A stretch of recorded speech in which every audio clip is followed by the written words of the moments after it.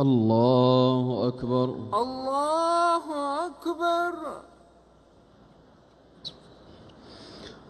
الحمد لله رب العالمين الرحمن الرحيم مالك يوم الدين إياك نعبد وإياك نستعين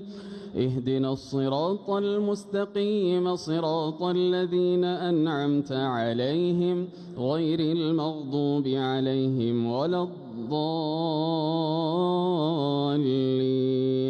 آمين. يا أيها الذين آمنوا لا تقربوا الصلاة وأنتم سكارى حتى تعلموا ما تقولون ولا جنبا إلا عابري سبيل حتى تغتسلوا وإن كنتم مرضى أو على سفر أو جاء أحد منكم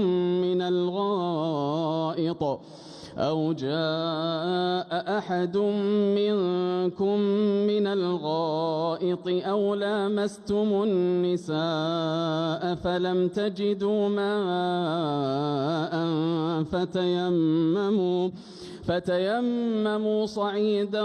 طيبا فامسحوا بوجوهكم وأيديكم إن الله كان عفوا غفورا. ألم تر إلى الذين أوتوا نصيبا من الكتاب يشترون الضلالة ويريدون أن تضلوا السبيل والله أعلم بأعدائكم وكفى بالله وليا وكفى بالله نصيرا. من الذين هادوا يحرفون الكلم عن مواضعه ويقولون سمعنا وعصينا واسمع غير مسمع وراعنا ليا بألسنتهم وطعنا في الدين ولو أنهم قالوا سمعنا وأطعنا واسمع وانظرنا لكان خيرا لهم وأقوم ولكن لعنهم الله بكفرهم فلا يؤمنون إلا قليلا. يا أيها الذين أوتوا الكتاب آمنوا بما نزلنا مصدقا لما معكم من قبل أن نطمس وجوها فنردها على أدبارها أو نلعنهم كما لعنا أصحاب السبت وكان أمر الله مفعولا. إن الله لا يغفر أن يشرك به ويغفر ما دون ذلك لمن يشاء ومن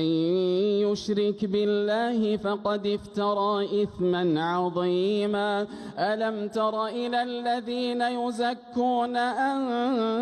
أنفسهم بل الله يزكي من يشاء ولا يظلمون فتيلا. انظر كيف يفترون على الله الكذب وكفى به إثما مبينا. ألم تر إلى الذين أوتوا نصيبا من الكتاب يؤمنون بالجبت والطاغوت ويقولون للذين كفروا هؤلاء أهدى من الذين آمنوا سبيلا. أولئك الذين لعنهم الله ومن يلعن الله فلن تجد له نصيرا. أم لهم نصيب من الملك فإذا لا يؤتون الناس نقيرا. أم يحسدون الناس على ما آتاهم الله من فضله فقد آتينا آل إبراهيم الكتاب والحكمة وآتيناهم ملكا عظيما. فمنهم من آمن به ومنهم من صد وصد عنه وكفى بجهنم سعيرا. إن الذين كفروا بآياتنا سوف نصليهم نارا كلما نضجت جلودهم بدلناهم جلودا غيرها كلما نضجت جلودهم بدلناهم جلودا غيرها ليذوقوا العذاب إن الله كان عزيزا حكيما. والذين آمنوا وعملوا الصالحات سندخلهم جنات تجري من تحتها الأنهار خالدين فيها أبدا لهم فيها أزواج مطهرة وندخلهم ظلا ظليلا. إن الله يأمركم أن تؤدوا الأمانات إلى أهلها وإذا حكمتم بين الناس أن تحكموا بالعدل إن الله نعم ما يعظكم به إن الله كان سميعا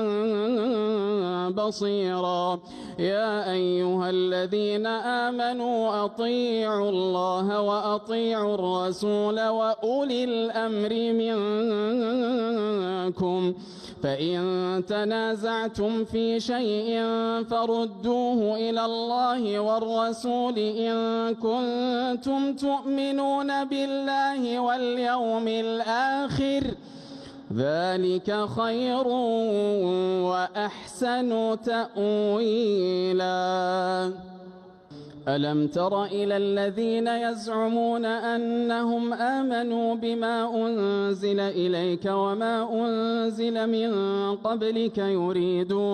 يريدون أن يتحاكموا إلى الطاغوت وقد أمروا أن يكفروا به ويريد الشيطان أن يضلهم ضلالا بعيدا. وإذا قيل لهم تعالوا إلى ما أنزل الله وإلى الرسول رأيت المنافقين يصدون عنك صدودا. فكيف إذا أصابتهم مصيبة بما قدمت أيديهم ثم جاءوك يحلفون بالله إن أردنا إلا إحسانا وتوفيقا أولئك الذين يعلم الله ما في قلوبهم فأعرض عنهم وعظهم وقل لهم في أنفسهم قولا بليغا. وما أرسلنا من رسول إلا ليطاع بإذن الله ولو أنهم إذ ظلموا أنفسهم جاءوك فاستغفروا الله واستغفر لهم الرسول لوجدوا الله توابا رحيما. فلا وربك لا يؤمنون حتى يحكموك فيما شجر بينهم ثم لا يجدوا في أنفسهم حرجا مما قضيت ويسلموا تسليما. ولو أنا كتبنا عليهم أن اقتلوا أنفسكم أو اخرجوا من دياركم ما فعلوه إلا قليل منهم ولو أنهم فعلوا ما يوعظون به لكان خيرا لهم وأشد تثبيتا. وإذا لآتيناهم من لدنا أجرا عظيما ولهديناهم صراطا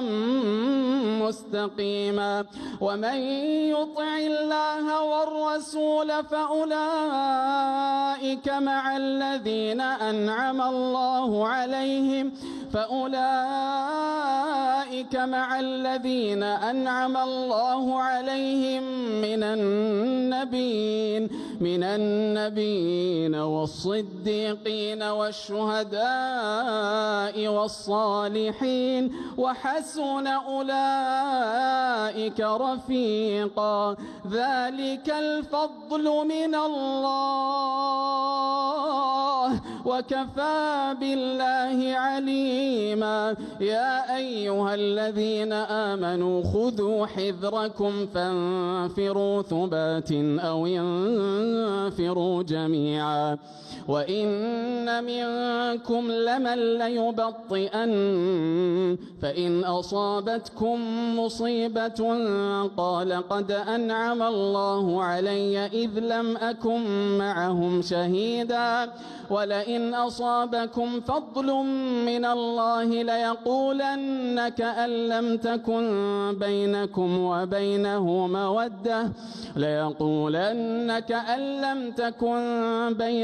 وبينه مودة يا ليتني كنت معهم فأفوز فوزا عظيما فليقاتل في سبيل الله الذين يشرون الحياة الدنيا بالآخرة ومن يقاتل في سبيل الله فيقتل أو يغلب فسوف نؤتيه أجرا عظيما وما لكم لا تقاتلون في سبيل الله والمستضعفين من الرجال والنساء والولدان الذين يقولون ربنا أخرجنا من هذه القرية الظالم أهلها واجعل لنا من لدنك وليا واجعل لنا من لدنك نصيرا الذين آمنوا يقاتلون في سبيل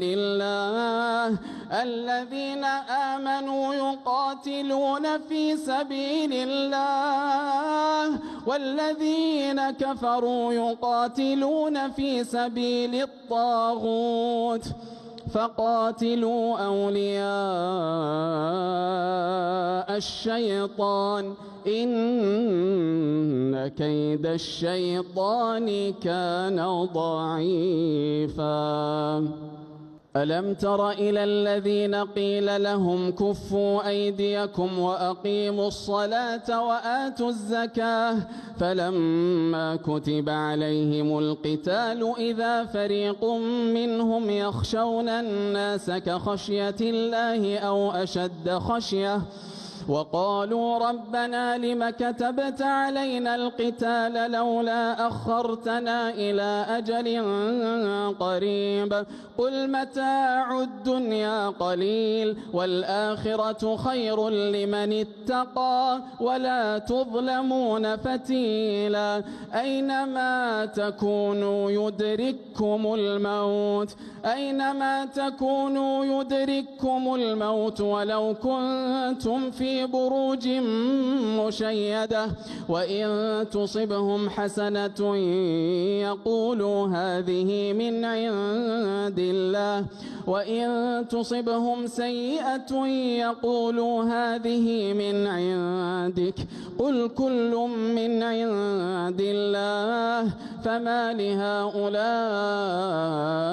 القوم لا يكادون يفقهون حديثا ما أصابك من حسنة فمن الله وما أصابك من سيئة فمن نفسك وأرسلناك للناس رسولا وكفى بالله شهيدا من يطع الرسول فقد أطاع الله ومن تولى فما أرسلناك عليهم حفيظا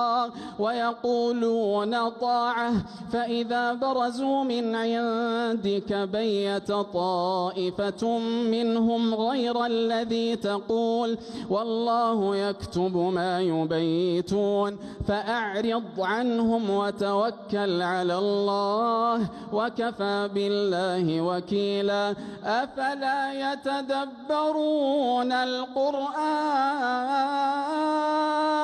ولو كان من عند غير الله لوجدوا فيه اختلافا كثيرا وإذا جاءهم أمر من الأمن أو الخوف أذاعوا به ولو ردوه إلى الرسول وإلى أولي الأمر منهم لعلمه الذين يستنبطونه منهم ولولا فضل الله عليكم ورحمته لاتبعتم الشيطان إلا قليلا فقاتل في سبيل الله لا تكلف إلا نفسك وحرض المؤمنين عسى الله أن يكف بأس الذين كفروا والله أشد بأسا وأشد تنكيلا من يشفع شفاعة حسنة يكن له نصيب منها ومن يشفع شفاعة سيئة يكن له كفل منها وكان الله على كل شيء مقيتا وإذا حييتم بتحية فحيوا بأحسن منها أو ردوها إن الله كان على كل شيء حسيبا الله لا إله إلا هو ليجمعنكم إلى يوم القيامة لا ريب فيه ومن أصدق من الله حديثا.